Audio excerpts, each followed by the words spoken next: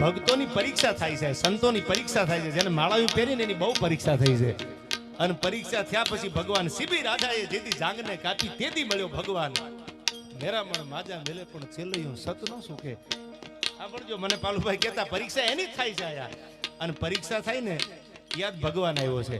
બિલખાના પાદરમાં ચંગાવતીએ પોતાના દીકરાને ખાંડી દીધો થઈ ભગવાન આવ્યો. સીબી રાજાએ હોલાની માટે પોતે સીબી રાજાએ જેથી જાંગને કાપી તેથી મળ્યો ભગવાન, તેથી ભગવાન મળ્યો. અને મીરાબાઈના ઝેરના ઘૂંટડા પીવા માટે ભગવાન દ્વારકા વાળો આવ્યો. આવી પરીક્ષા જ્યારે જ્યારે થઈ છે ત્યારે આ કડીમાં કીધું કે હોરઠના વીરપુરમાં જલારામની પરીક્ષા થઈ. આ છંદ દિલજીતભાઈ લખે છે, ઢસા દિલજીત બાટી લખે છે. શું કીધું આ છંદમાં સાંભળજો.